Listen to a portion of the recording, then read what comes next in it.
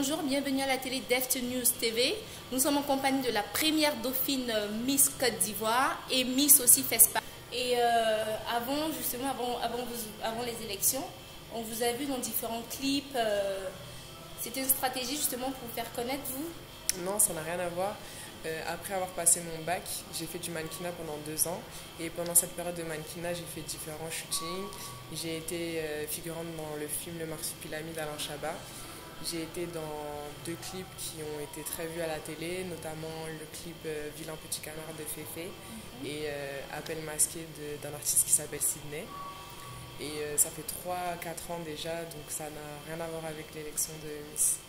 D'accord, donc ça veut dire que ça fait très longtemps que vous êtes déjà... J'ai arrêté de faire du mannequinat. D'accord.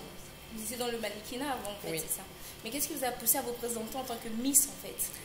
Alors, beaucoup de personnes autour de moi voyaient que je faisais des photos, mais me disaient que j'étais beaucoup plus jolie en vrai, parce que je souriais beaucoup, parce que j'étais très vivante, et ils me disaient que c'était mieux pour moi de me présenter à une élection de Miss plutôt que continuer à faire du mannequinat.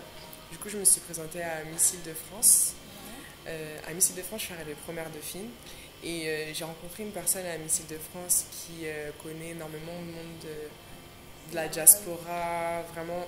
Qui travaille pour la diversité, qui s'appelle François Durper. C'est lui qui m'a parlé du concours Miss Côte d'Ivoire France. Et au final, quand j'ai su ce que c'était, je me suis dit que c'était beaucoup plus approprié pour moi, qui est ivoirienne.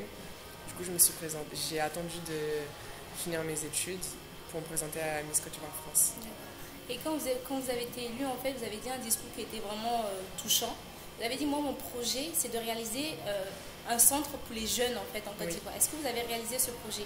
Non, je n'ai pas réalisé ce projet, car il est en construction. On est en train de récolter des fonds, de rencontrer des personnes. Je ne le réalise pas toute seule. Il y a l'association One Cause, qui est l'association qui a créé le comité Miss Côte d'Ivoire France, qui m'aide. On a déjà rencontré l'ambassadeur de Côte d'Ivoire en France. Ils sont venus